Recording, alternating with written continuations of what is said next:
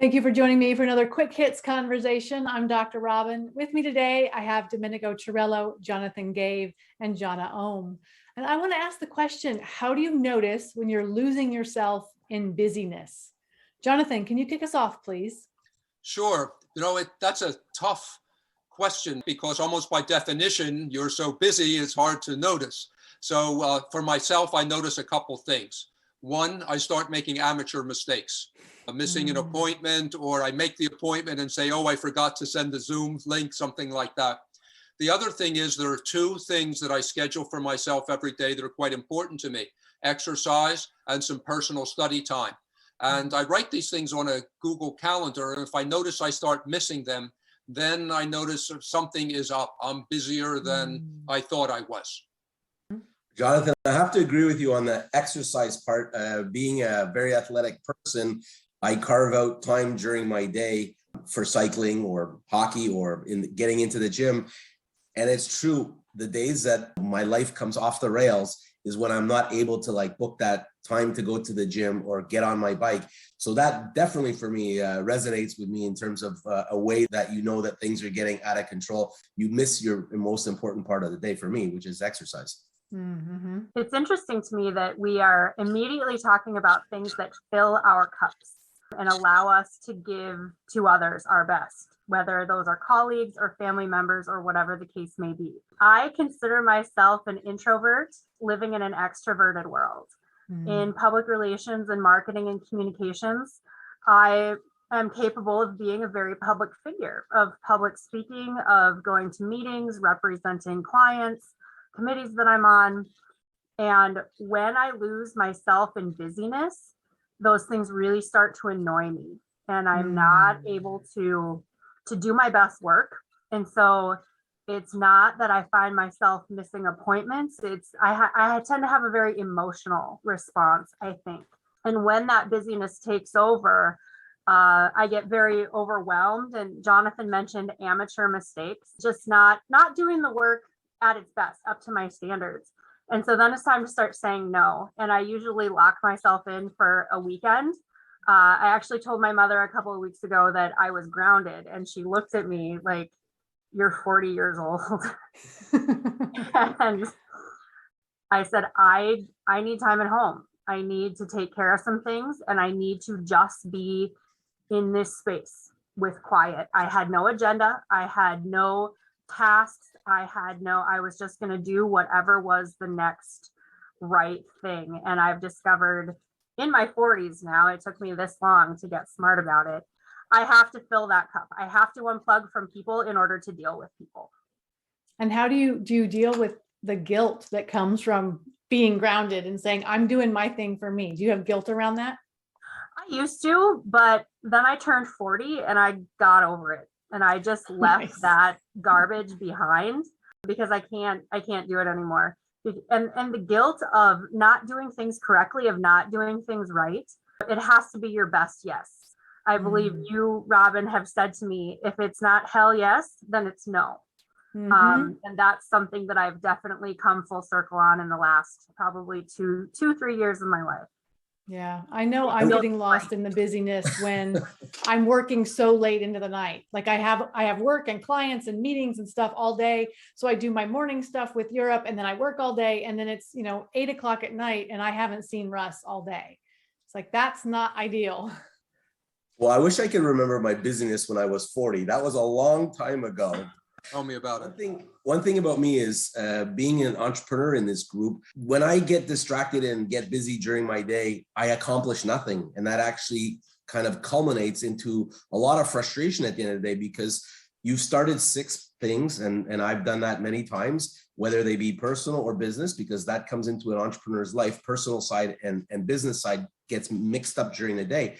And I find myself at the end of the day getting 25% or 50% of the 6 tasks that I wanted to get done finished. And that's how it affects me, is because I'm frustrated at the end of the day. And I didn't get this done. I didn't get this done. I didn't get this done because I got distracted, and because I was just way too busy, not completing one task and then moving on to another, but instead jumping one from the other. Mm-hmm. So we know kind of how we notice that we're getting lost in the busyness. So the next question, logical question has to be, okay, and then what? What do you do about it? How do you fix it? I'll jump in. Breathe. Breathe and breathe.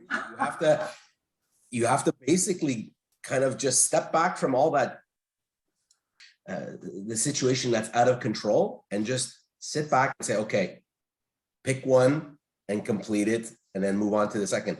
And not beat yourself up if you don't get them all done in a day. Better to get done a couple of tasks, A to Z, 100%, than 6 tasks, 25%, because you don't feel like you've accomplished anything if you don't finish a task. So that to me is the best way, is to kind of disconnect yourself from the frustration or the busyness, and then say, okay, I think I can take care of this, or I can take care of this, and I can take care of this. And at the end of the day, you'll be a lot happier that you did, 2 or 3 than half of 6. Good point. Sometimes at the end of the week, I'll look at my Google Calendar. I put most of my stuff on there, including some tasks that I do.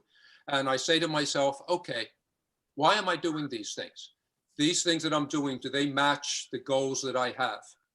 And if they do, then I also might ask myself, okay, the activity matches the goal, but is it effective? Is it getting me anywhere? And in fact, over the last few weeks, I decided that certain activities that I was doing were things that they were in the right area, but I noticed I hadn't really gotten positive results. So I said, I have to stop this and then do something else. So I think we need that breathing time to look and evaluate, but then make a decision and take an action. I love that reference, Domenico, to simply breathing. It makes me chuckle. I enjoy yoga, and Likewise. The instructors that I use frequently say, now breathe through this, don't hold your breath, don't. Right. And I realize every time that I've been holding my breath, and to take a step back from that mess, whatever it may be, take a breath. What's the next most important thing? Or what's the thing that I can do and be done with and take it off the list? Just like you said, 25% of 6 is far less satisfying than one task that goes away. So, absolutely. Well, the breathing, I find, me being a hockey player, and I love yoga as well, it has its place in all parts of our life. If business is getting a little bit, or the day is going a little haywire, step back and just listen to your breathing, and it takes that anxiety out of your veins. Sometimes I know when I'm playing sports, hockey, it's a lot of activity in a very short period because I'm a goaltender. But, I take a second to breathe, and then all of a sudden my heart slows down again and I get back into the game. But it's to me, it's the only way to bring the yoga into my life, where I kind of say to myself, this is the only thing that's going to calm me, so that, like you're just saying, you can get to that, at least that one task that you're going to finish 100%. Yeah, the thing for me, because I love that in the moment, absolutely breathe. The thing I have to remind myself over and over, and it periodically happens, I will start scheduling myself way too tightly. And, somebody will say, oh, I really want a meeting with you. And I'll look at my calendar. I'm like, okay, I've got 45 minutes. Let me just tag them in there for 30. It'll be fine. And then I get to that day and I realize I have got meetings like every 45 minutes all day. And then I say, why do I do this to myself? Why don't I ever just say, you know what? Yes, I would love to have a conversation with you. You seem like an awesome person. Can we book out 2 weeks, or can we book out the following week? Like, why do I pack people into my schedule? Because then, you know what? I'm working at 8:00 at night to get the stuff I need to get done. As a new business owner, I have also discovered in the last few months that it can be really difficult to prioritize because I want to network. I want to go to meetings. I want to be on committees. I want to talk to potential clients about the work that I can do for them, that we can do together, and to work on finding balance between at the tipping point when that networking no longer serves me because I'm crabby and I don't want to be there. Last week, I neared that tipping point. And so I'm thankful that I was able to near it and not surpass it, so that I could then rein the situation back in. But it's tremendously difficult to decide what are the most important things. I've got no one above me now telling me this is what you need to do and this is why you need to do it. Yeah, prioritization. Well, that is our 10 minutes. So I'm going to cut us off there. Thank you so much for having this conversation with me. I appreciate it. And I look forward to speaking to each of you again very soon. Thank you. Thank you. Thank you.